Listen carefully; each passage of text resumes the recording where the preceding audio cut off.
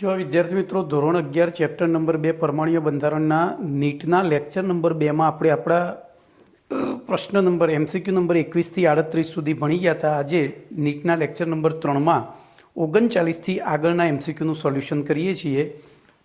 તો બોર્ડ ઉપર મેં 39 અને 40 નંબરના એમસીક્યુ લખેલા છે. જોઈએ હવે. તો જો કોઈ કણના સ્થાન અને વેગમાનની અનિશ્ચિતતા સમાન હોય તો તે કણની અનિશ્ચિતતા કેટલી થાય? 2008માં પૂછાઈ ગયું છે. તો બોલો, અહીંયા ડેલ્ટા એક્સ બરાબર ડેલ્ટા પી છે. તેથી delta x into delta p બરાબર બોલો ડેલ્ટા પી સ્ક્વેર લખી શકાય. કેમ? તો બે સમાન છે. બરાબર શું લખી શકાય? એચ અપોન 2 4 કયો? Delta x into delta P is equal two H upon 4 હાઇઝનબર્ગનો અનિશ્ચિતતાનો સિદ્ધાંત ઇમ્પ્લાઇઝ બોલો ડેલ્ટા તો એમ ડેલ્ટા વી સ્ક્વેર આખો લખાય બરાબર એચ અપોન 4 તો આપણે સૂત્રનું કરતાં આપણે વેગની જ અનિશ્ચિતતા શોધવી છે. તો વેગની અનિશ્ચિતતા શોધવી હોય તો બોલો ડેલ્ટા વી સ્ક્વેર બરાબર એચ અપોન 4 એમ સ્ક્વેર થાય. 4 એમ સ્ક્વેર થાય. અને ઇમ્પ્લાઇઝ બોલો ડેલ્ટા વી બરાબર શું થાય? તો 1 અપોન એમ અંડર રૂટ જો એમનું વર્ગમૂળ એમ થઈ ગયું એચ અપોન 4 લખી શકાય. શું લખી શકાય? એચ અપોન 4 હજુ આ 4નું વર્ગમૂળ બહાર નીકળે એવું છે તો ડેલ્ટા વી બરાબર 1 upon 2m under route H upon 5. તો આમાંથી જે પણ જવાબ ઓપ્શનમાં આપ્યો હોય સાચું બોલો આ બેમાંથી તો કયો આપ્યો છે જુઓ તો સી આપ્યો છે જુઓ. તેથી આનો જવાબ સી થાય. હવે નીચે પરમાણુમાં નીચેના પૈકી ઇલેક્ટ્રોનની કઈ ગોઠવણી શક્ય નથી? એ 2009માં પૂછાયો છે. હવે એ પ્રશ્નમાં ધ્યાનથી જોઈએ તો એનનું મૂલ્ય 0, 1, 2 અનંત હોઈ શકે. એલનું મૂલ્ય તો 0 થી n-1 હોય. એમનું મૂલ્ય -l થી +l હોય. અને એસનું મૂલ્ય ±½ હોય. બોલો એ પ્રમાણે આપણે વિચારીએ તો એનનું મૂલ્ય 5 હોય ત્યારે એલનું મૂલ્ય કેટલું હોઈ શકે? બોલો આપણે પહેલું વિચારીએ તો કયું હોઈ શકે? તો 0, 1, 2, 3 અને 4 સુધી હોઈ શકે. એવી રીતે એમનું મૂલ્ય કયું હોઈ શકે? તો આ બધા જ -4 થી +4 સુધીના બધા હોઈ શકે. આપણે બધાય લઈ લીધા એમ બરોબર. અને એસનું તો ફિક્સ. ચલો એ પ્રમાણે જોવા જઈએ તો 5 છે, 3 છે અને એમ 0 પણ છે. એટલે પહેલું સાચું છે. હજુ એનો મતલબ એવો નથી કે આપણે બીજું ચેક નથી કરવાનું. ચલો બીજામાં આ 3 લઈએ તો આ 0, 1, 2 થાય અને આ -2 થી +2 સુધીના બધા થાય. તો એ ચેક કરીએ. બોલો 3 છે, 2 છે અને -3 નથી. આ નથી. ખબર પડી? એવી રીતે બોલો 3 છે, 2 છે, -2 છે, 3 છે, 2 પણ આવે, -2 પણ આવે. તો આ સાચું છે પાછું બરોબર. એવી રીતે બોલો 4 હોય તો હું અહીંયા 4 લખું તો 0 થી 3 થાય. પછી આ -3 થી +3 થાય. તો જોજો 4 છે પછી 0 પણ છે અને 0 પણ છે એટલે આ પણ છે. તો આ સાચા છે પણ આપણને પૂછ્યું છે શું? શક્ય નથી. તો આપણો જવાબ થશે બી. શું થશે? જવાબ બી થશે. ઓકે. જો એના પછી 41મો પ્રશ્ન છે પેટાકોષમાં સમાતા મહત્તમ ઇલેક્ટ્રોનની સંખ્યા કયા સૂત્રની મદદથી નક્કી કરી શકાય? આ બેઠો પ્રશ્ન આગળ નીટમાં આવી ગયો છે. તો આપણે ભલે આવી ગયો તેમ છતાં આપણા માટે નવો છે એમ સમજીને આપણે કરવાનો છે. બોલો પેટાકોષના પ્રકાર તો એસ, પી, ડી અને એફ. બોલો એસમાં સમાતા ઇલેક્ટ્રોન 2, પીમાં સમાતા 6 યાદ છે ને, ડીમાં 10 અને એફમાં 14. હવે એ પ્રમાણે જોવા જઈએ તો એક મિનિટ આપણે બોલો એસ માટે એલ બરાબર 0, એલ બરાબર 1, એલ બરાબર 2 અને એલ બરાબર 3. અને એમાં સમાતા મહત્તમ ઇલેક્ટ્રોન બરાબર 2, અહીંયા 6, અહીંયા 10 ને અહીંયા 14. ચલો આના ઉપરથી સૂત્ર બનાવો. બોલો એલના જ મૂલ્યો છે. એલ 0 મૂકીએ તો એક જ ઇલેક્ટ્રોન થાય એટલે પહેલું ખોટું. ફટાફટ કરવાનું. પછી એલ અહીંયા મૂકીએ બજામાં તો 4 એકા 4 માંથી 2 ગયા તો 2 જ થાય, એની જગ્યાએ અહીંયા 6 છે. ચલો ત્રીજામાં મૂકીએ તો 2 નો વર્ગ 4, 4 દુ 8, એની જગ્યાએ 10 છે. હવે ચોથામાં મૂકીએ તો જોજો અહીંયા મૂકીએ તો 0 વત્તા 2 એટલે અહીંયા 4 કૌંસમાં 0 વત્તા 2 બરાબર 2 થઈ ગયા. એવી રીતે 4 વત્તા 1 વત્તા 2 બરાબર 6 થઈ ગયા. એવી રીતના 4 વત્તા 2 વત્તા 2 બરાબર 10 થઈ ગયા. એવી રીતે સોરી અહીંયા 4 વત્તા 2, હા 4 વત્તા 3 વત્તા 2 તો 14 થઈ ગયા. જુઓ, એટલે કે આપણો સાચો જવાબ ડી છે. આ રીતે ફટાફટ રફકામ થવું જોઈએ અડધી મિનિટમાં.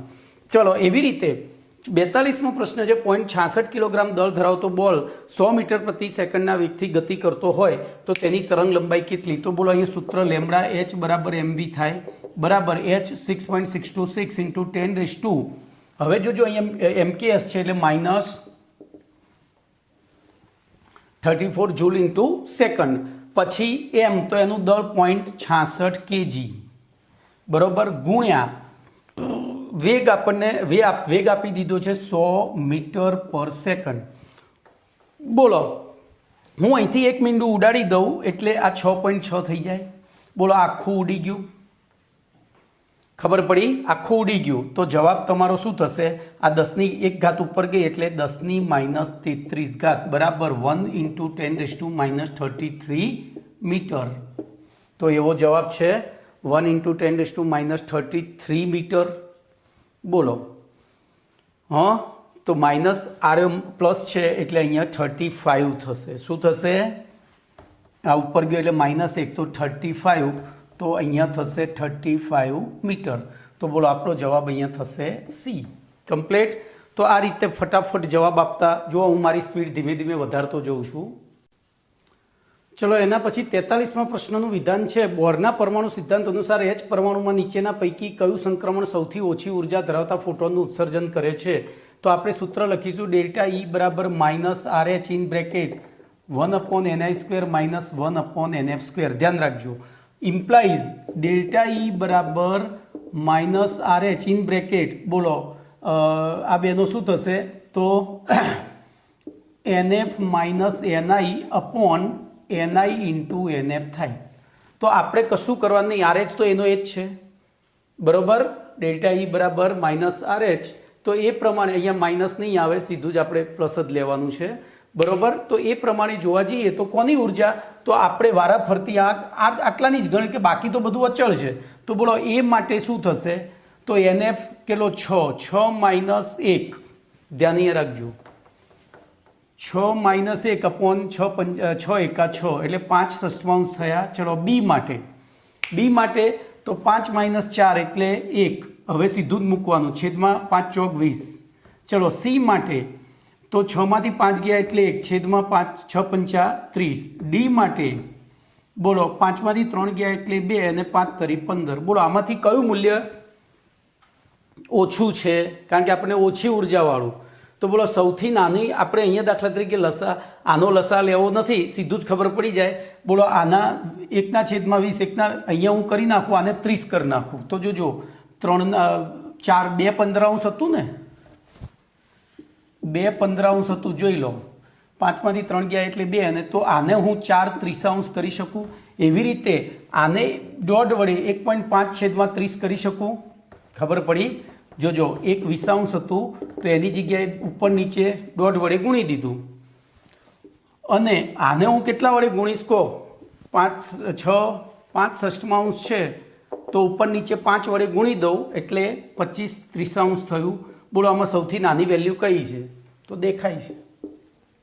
કમ્પ્લીટ. તો આ રીતે જવાબ લાવવાનો, આખો દાખલો ગણવા નહીં બેસવાનો. ઓકે, ચલો એના પછી તો 43માનો જવાબ શું આવે? બોલો તો સી આવી ગયો. હવે 44મો પ્રશ્ન જોઈએ. તો n બરાબર 6 માટે ઇલેક્ટ્રોન ભરાવાનો ક્રમ તો આપણે સદા બહાર છીએ, 1s 2s 3s 4s 5s 6s 7s 8s, પછી 2p 3p 4p 5p 6p 7p 3d 4d 5d 6d 4f 5f. હવે એરો આપી દઈએ તો બોલો શું થશે? તો આપણે 6s વાળું જોવાનું છે. બોલો 6s n બરાબર 6 માટે તો આ જોવાના, અને અહીંયા હવે શું આવશે તો એમાં ઉર્જા ભરાવાનો ક્રમ કયો થશે તો પહેલી 6s ભરાયા પછી 6s ભરાયા પછી 4fમાં જાય એટલે 6 - 2 પછી જાય 5Dમાં એટલે 6 - 1 અને પછી તો જવાબ થાય એ બરોબર જવાબ થશે એ ઓકે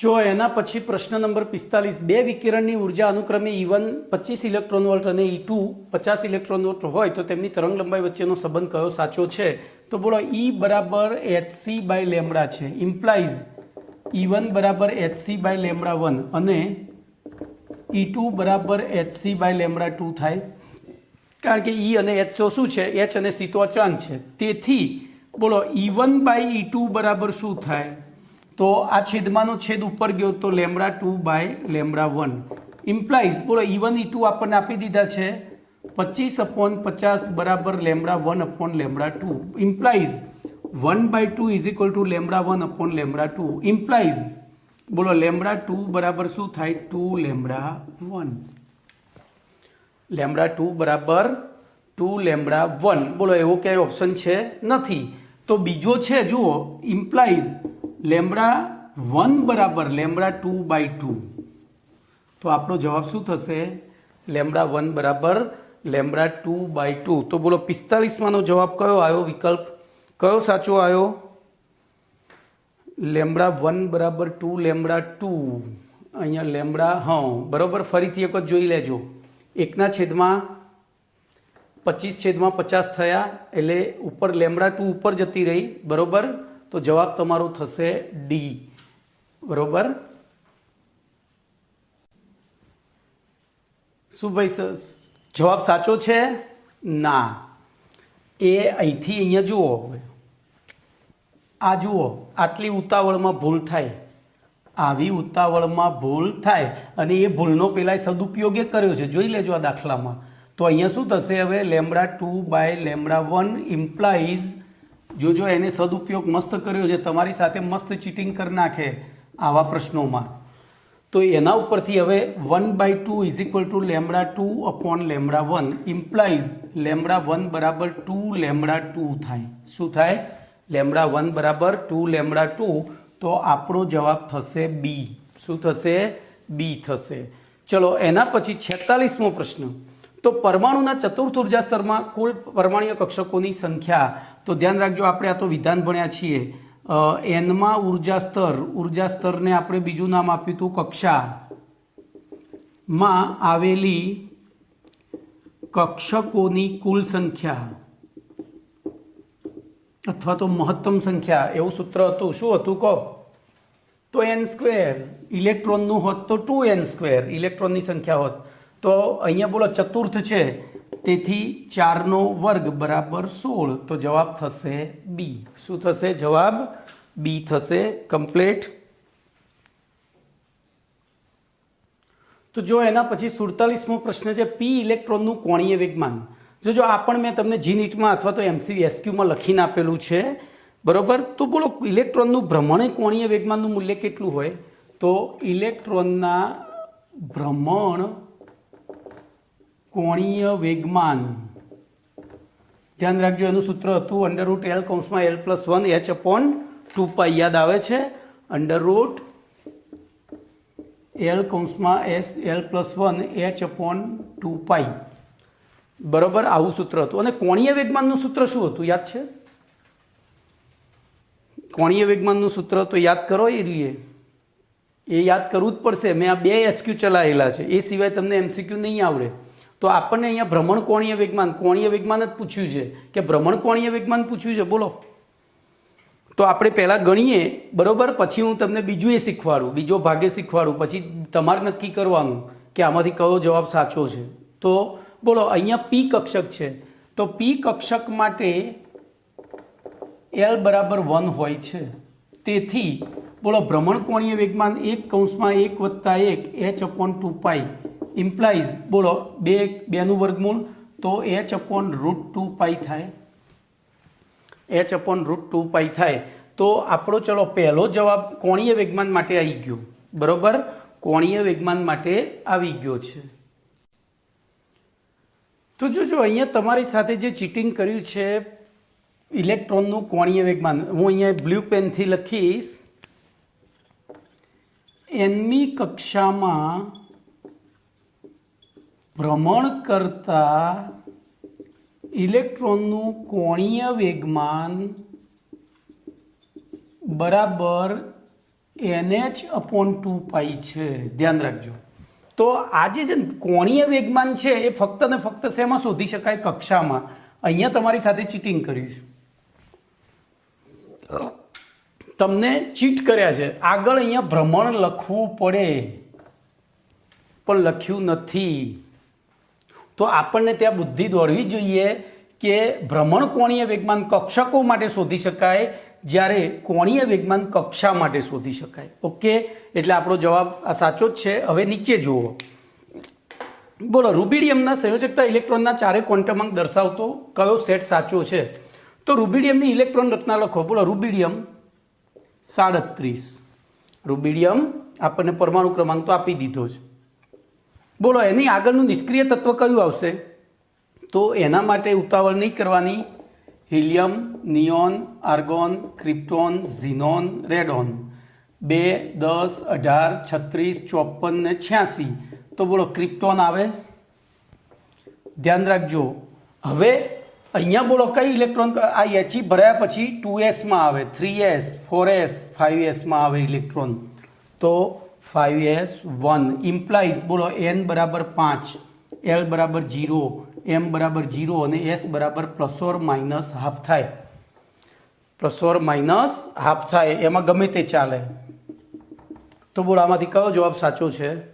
તો જવાબ સી સાચો છે. જોઈ લો, 5 0 0 +½ ઓકે, બીજા એક પણ સાચા નથી.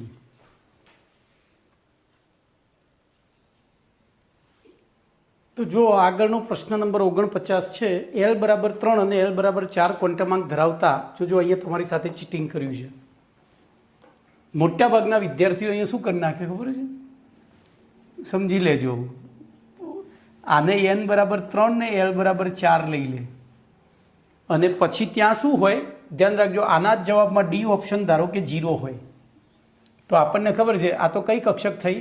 તો SP-D-F-G, તો 3G કક્ષક તો શક્ય નથી એટલે 0. બરોબર, આ તમને એક ચીટિંગ બતાવ્યું. બોલો અહીંયા 12 હતા. ચલો હવે તો આ તો કઈ કક્ષક થઈ? તો 4f થઈ. અને f કક્ષકમાં મહત્તમ કેટલા ઇલેક્ટ્રોન સમાય? તો કે 14. કેટલા સમાય? 14. તો 49માંનો જવાબ આવી ગયો. ચલો એના પછી 50મું જુઓ. આપણને આવૃત્તિ આપી દીધી છે તરંગ લંબાઈ, તો ન્યુ બરાબર c/λ લેવાય. ઇમ્પ્લાઇઝ બોલો લેમડા બરાબર c/ન્યુ થાય. તો c આપણને ખબર છે 3 × 10⁻⁸ મીટર પર સેકન્ડ છેદમાં બોલો ન્યુ 6 × 10⁻15 સેકન્ડ ઇનવર્સ. સેકન્ડ ઉડી ગયા. બોલો 1/2 થયા. તો 0.5 ગુણ્યા, હવે આ ઘાત ઉપર જતી રહી એટલે માઇનસ થાય, તો 10⁻⁷. બરોબર, 10⁻⁷. પણ આપણને નેનોમીટરમાં મીટરમાં જવાબ આવ્યો. તો હું અહીંયા બોલો 50 × 10⁻⁹ મીટર લખી શકું. પણ 10⁻⁹ એટલે તો શું થઈ ગયું? બરાબર 50 નેનોમીટર. તો જવાબ આપણો થશે અહીંયા પણ એ. શું થશે? અહીંયા જવાબ એ થશે. ઓકે, ચલો એના પછી પ્રશ્ન નંબર 51. એમાં આપણને E બરાબર -2.118 બરોબર ઇન બ્રેકેટ z² જૂલ સૂત્ર ઉપર આધારિત નીચેના પૈકી કયું વિધાન સાચું નથી એવું પૂછ્યું છે. તો ધ્યાન રાખજો, ઇલેક્ટ્રોન કક્ષા બદલે ત્યારે થતા ઉર્જાના ફેરફારો નક્કી કરવા માટે આ સૂત્ર ઉપયોગી છે. તો છે કેમ?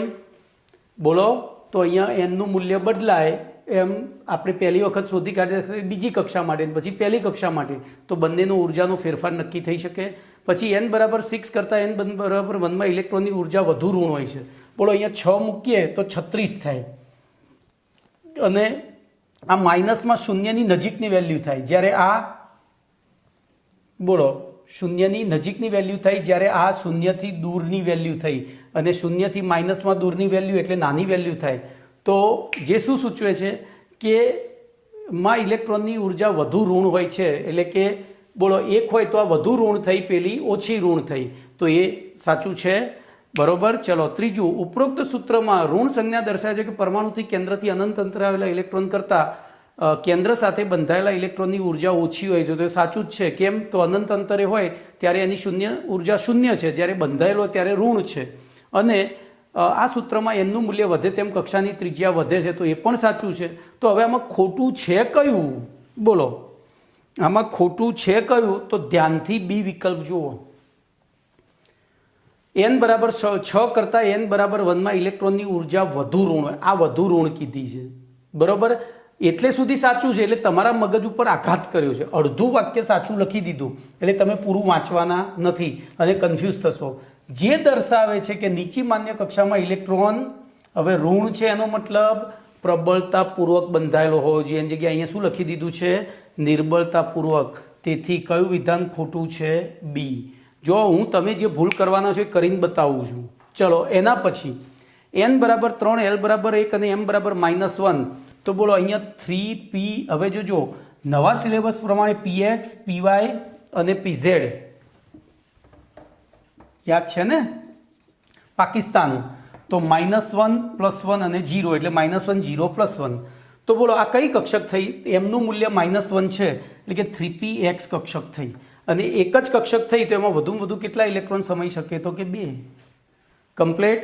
તો અહીંયા તમારો પ્રશ્ન નંબર 52 પણ પૂરો થયો. જો એના પછી 53મો પ્રશ્ન છે, BE + 2ના નીચેના પૈકી કોની સાથે સમ ઇલેક્ટ્રોનીય છે? તો હા, હી, લી, 2. 4 થયા, 4માંથી 2 ગયા, એટલે અહીંયા ઇલેક્ટ્રોન કેટલા રહ્યા? 2. બોલો H+માં 0 છે. લિથિયમ તો હા, હી, લી, લીમાંથી 1 ગયો તો 2, સોડિયમમાં 11માંથી 1 ગયો તો 10, અને આમાં 12માંથી 2 ગયા તો 10. તો બોલો જવાબ શું થાય? લિથિયમ. ચલો એના પછી 45 નેનોમીટર તરંગ લંબાઈ ધરાવતા વિકિરણની ઉર્જા શોધવાની છે. તો E બરાબર hc/λ બરાબર 6.626 × 10⁻⁻34. જો જૂલમાં શોધવાની છે, એટલે જૂલ ઇન્ટુ સેકન્ડ ગુણ્યા 3 × 10⁸ મીટર/સેકન્ડ છેદમાં 45. બરોબર 45. હવે નેનોમીટર છે, એટલે ગુણ્યા 10⁻⁹ મીટર. બોલો મીટર, સેકન્ડ ગયા, એટલે આપણો જવાબ આવશે જૂલમાં. પણ હવે જવાબ લાવવાનો છે, તો ધ્યાન રાખજો.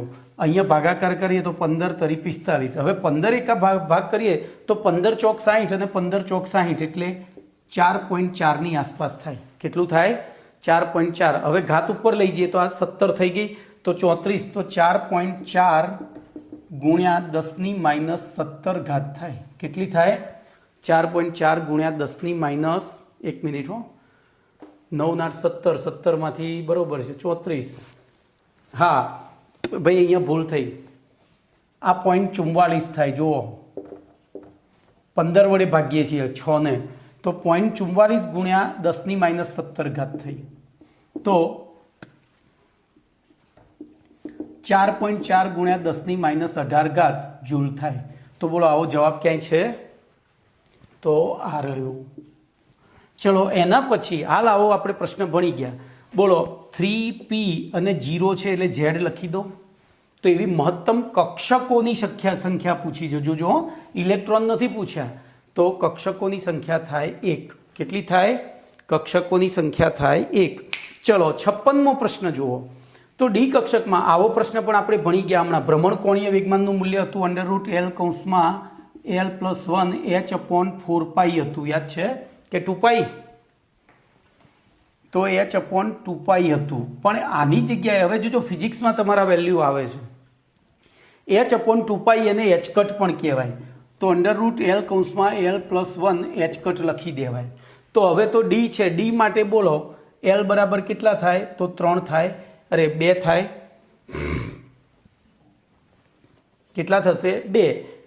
SPD 0 1 2. તો 2 મૂકીએ તો બોલો √2 + 1 h કટ બરાબર. તો 2 ને 1 3 દુ 6 √6 h કટ. બોલો જવાબ એની નીચે જ આવ્યો. કમ્પ્લીટ. તો આ થયા. જો આ બધા અડધી મિનિટમાં પતવા માંડ્યા આવે જેમ. ઓકે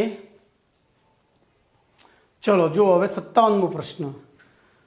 तो Fe3+Z बराबर 26 में आवेला डी इलेक्ट्रॉन की संख्या। तो આપણે પહેલી Fe ની ઇલેક્ટ્રોન રચના લખી નાખીએ।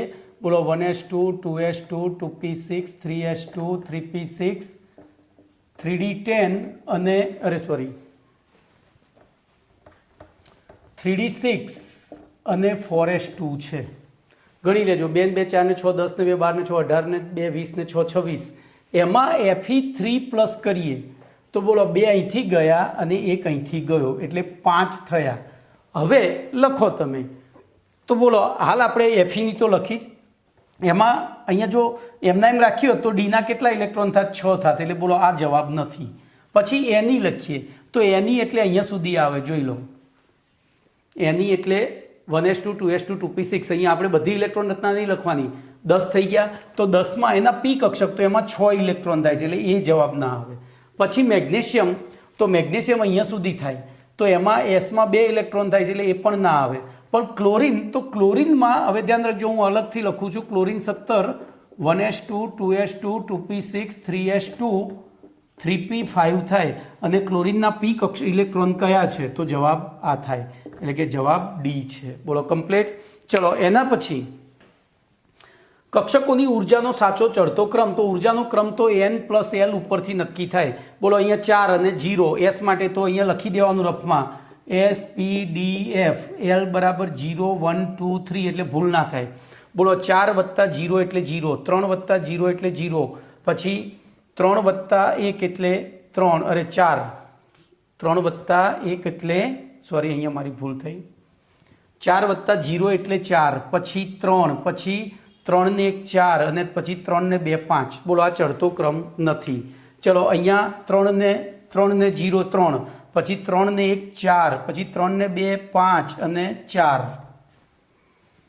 બરોબર, તો એ પણ નથી। પછી અહીંયા બોલો 3, પછી 4, પછી 4 અને પછી 5, બરોબર ને? આ પ્રમાણે 3 ને 0 0, 4 ને 1 5 અરે 3 ને 1 4, 4 ને 2 અરે સોરી 4 ને 0 પાછું 4 અને 3 ને 2 5। તો આ રહ્યો ચડતો ક્રમ છે। એમાંય પાછું આ બે સરખા હોય તો આપણે ભણી ગયા હતા, જેનું એનનું મૂલ્ય વધારે હોય તો આ સાચો છે। હજુ આ ચેક કરીએ।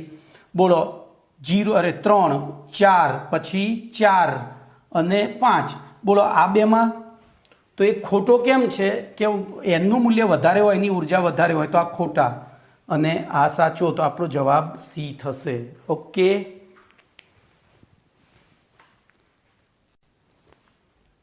ચલો એના પછી જુઓ 59 60 ને 61। બોલો એક જ કક્ષકમાં આવેલા 2 ઇલેક્ટ્રોન કઈ બાબતમાં જુદા પડે છે? 2016માં પૂછાઈ ગયો તો આપણે યાદ કરીએ n l m અને s। બોલો n શું દર્શાવે? કક્ષા, આ પેટાકોષ, આ કક્ષક અને આ ભ્રમણની દિશા। યાદ આવ્યું?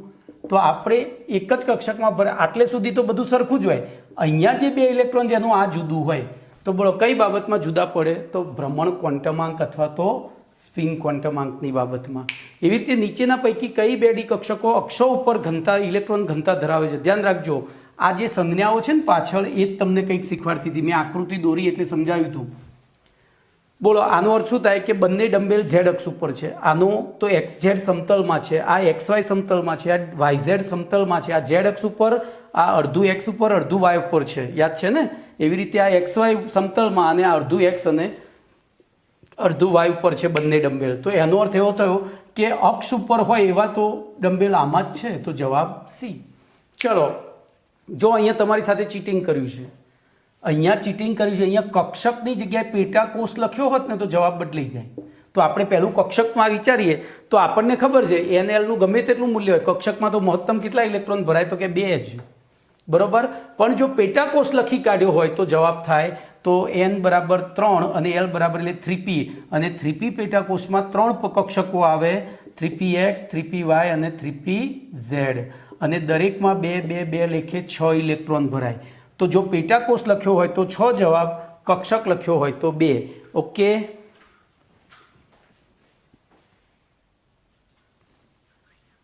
ચલો જુઓ પ્રશ્ન નંબર 62 અને 63।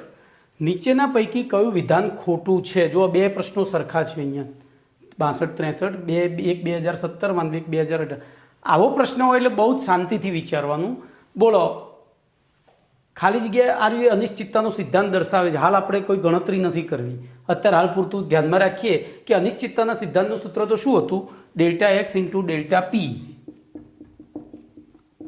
Is greater than equal to h/4 હતું. આટલું યાદ રાખીએ ખાલી, પછી વિચારીશું. બોલો અર્ધપૂર્ણ અને સંપૂર્ણ ભરાયેલી કક્ષકોમાં ઉચ્ચ ઇલેક્ટ્રોન વિનિમય ઉર્જા, ઉચ્ચ સમમિતિ અને ઉચ્ચ સંતુલિત ઇલેક્ટ્રોન ગોઠવણીના કારણે તે ઉચ્ચ સ્થિરતા ધરાવે છે. સાચું છે. એના કારણે જ ક્રોમિયમ અને કોપર સવિતાબેન પાસેથી ડી કક્ષકમાં એક ઇલેક્ટ્રોન સ્વીકારતા હતા, યાદ આવ્યું? એવી રીતે હાઇડ્રોજન અને તેના જેવા પરમાણુઓ માટે 2s અને 2p કક્ષકની ઉર્જા કરતાં ઓછી હોય છે. 2s કક્ષકની ઉર્જા 2p કક્ષકની ઉર્જા કરતાં ઓછી હોય તો ખાસ ધ્યાન રાખજો. હાઇડ્રોજન પરમાણુ માટે ઉર્જાનો ક્રમ છે 1s is less than 2s is equal to 2p is less than 3s is equal to 3p is equal to 3d છે. આપણે જે પેલો ચાર્ટ બનાવીએ છીએ હાઇડ્રોજન સિવાયના પરમાણુઓ માટે છે, હાઇડ્રોજન અને તેના જેવા પરમાણુઓ માટે તો એ અનુસાર આ શું થાય?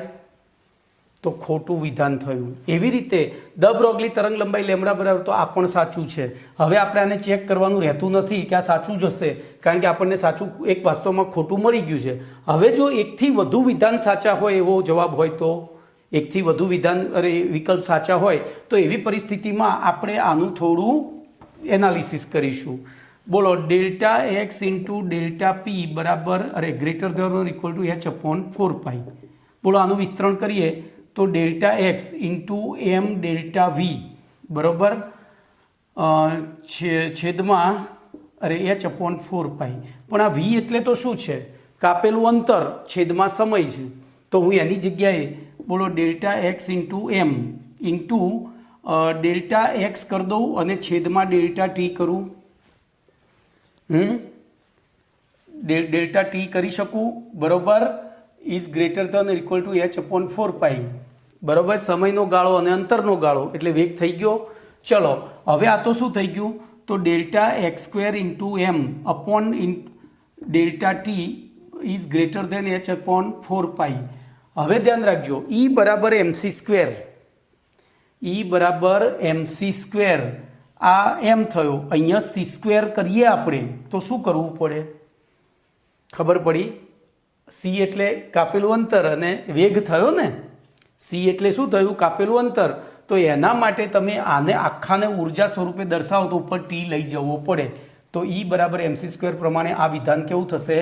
સાચું થશે.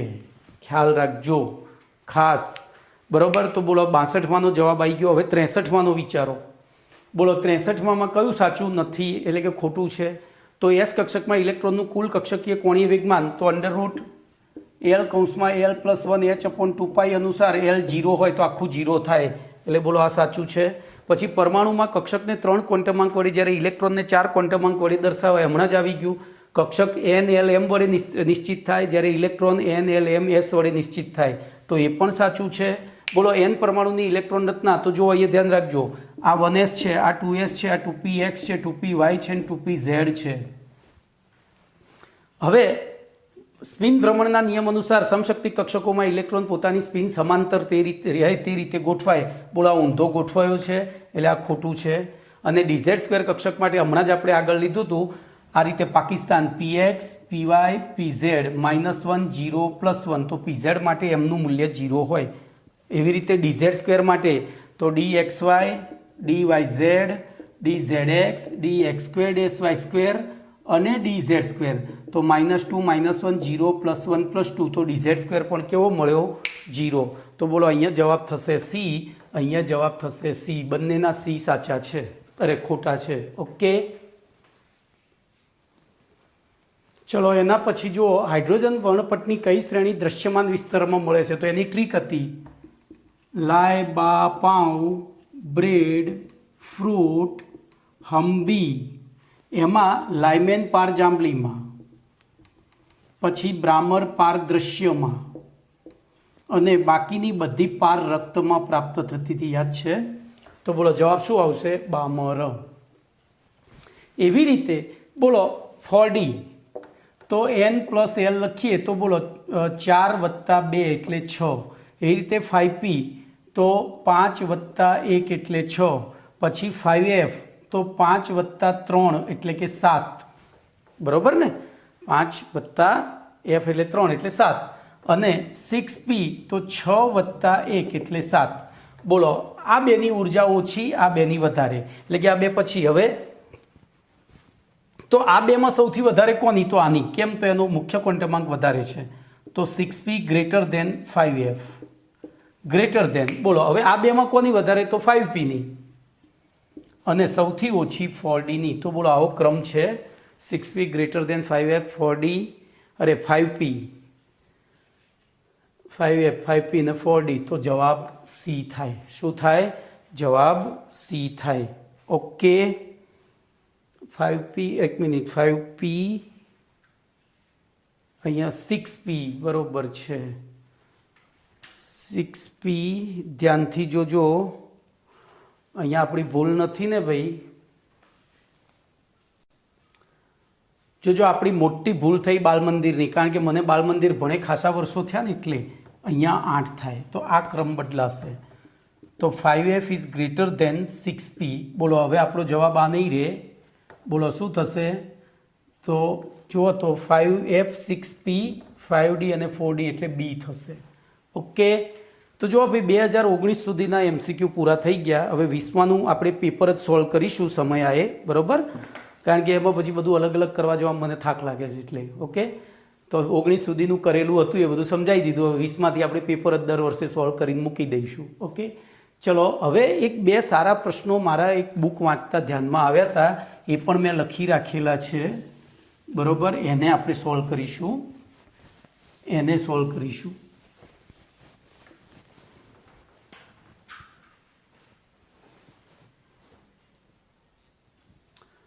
જો આ બે સરસ પ્રશ્નો છે જે મારા ધ્યાનમાં ઓરિસ્સામાં આઈ થિંક પૂછાયેલા છે, મેં લખેલા છે મારી ડાયરીમાં. તો જોઈએ, H પરમાણુની બીજી કક્ષામાં ઇલેક્ટ્રોનની દ બ્રોગલી તરંગલંબાઈ કેટલી હોય? બોલો, કઈ રીતે જવાબ લાવીશું? તો પહેલું આપણે લખવું પડે, H પરમાણુની ભૂમિ અવસ્થામાં ત્રિજ્યા r0, બરાબર? એનું સૂત્ર આપણને, એનું મૂલ્ય યાદ છે. કેટલું છે? બોલો, 529 એંગસ્ટ્રોમ. તો અહીંયા આપણે 52.9 નેનોમીટર લઈશું, જેટલું એ નજીક જઈએ એમ. પિકોમીટરમાં જવાબ લાવો છે ને એટલે, બરોબર? હવે Rn બરાબર R0 × n² પ્રમાણે, બોલો શું થશે? R0 તો R2 બરાબર શું થાય? અહીંયા આપણે બીજી કક્ષા લેવી છે ને, તો R2 બરાબર R0 52.9 ગુણ્યા n, તો 2 ² 4, અરે તો કેટલા થાય? બોલો, 52 ચોક 200, અને 200 ને આપણે એમના એમ ગુણાકાર 211.6 પિકોમીટર થશે, બરાબર? અહીંયા વર્ગ લખીએ તો 211.6 pm થાય. હું આને 1 નંબર અથવા A આપું છું.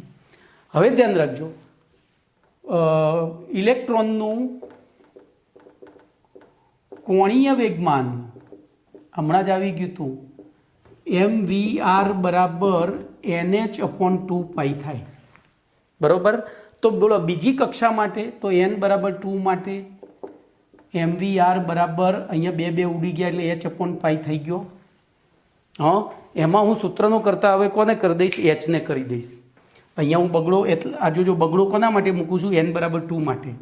તો h બરાબર શું થઈ ગયું? બોલો, તો mvr2 × π થઈ ગયા. હું આને b કહીશ. હવે બોલો, લેમ્બડા બરાબર h/mv છે, તો hનું આ મૂલ્ય મૂકું, mvr2π / mv ઉડી ગયા તો r2π થયા, પણ r2 આપણી પાસે છે 211.6 π. હવે બોલો, આ પિકોમીટર નેનોમીટર કઈ રીતના ફેરવાઈ ગયા? નેનોમીટરમાં હવે કેવી રીતે જવાબ આવશે? બોલો હેડો, આ તો નેનોમીટર હતું,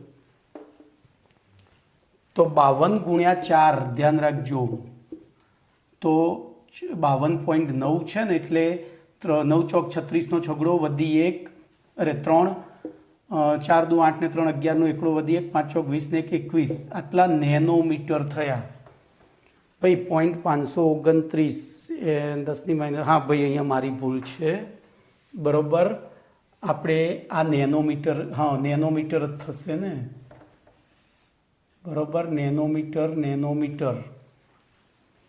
તો જવાબ તમારો શેમાં આવ્યો કહો હેડો? અહીંયા છાપવાની કદાચ મારી લખવાની ભૂલ હશે, ત્યાં નેનોમીટરમાં જ હશે. તો જવાબ શું આવી શકે? 211.6 પાઈ. બોલો એવો ઓપ્શન છે? તો બોલો 64માંનો જવાબ શું થયો? બી થયો. ચલો એના નીચેનો પ્રશ્ન જુઓ. બોલો ગોલીય નોડ અને કુલ નોડની સંખ્યા. તો ગોલીય નોડનું સૂત્ર આપણી પાસે શું હતું? બોલો ગોલીય નોડનું સૂત્ર શું હતું? તો કક્ષકમાં આવેલા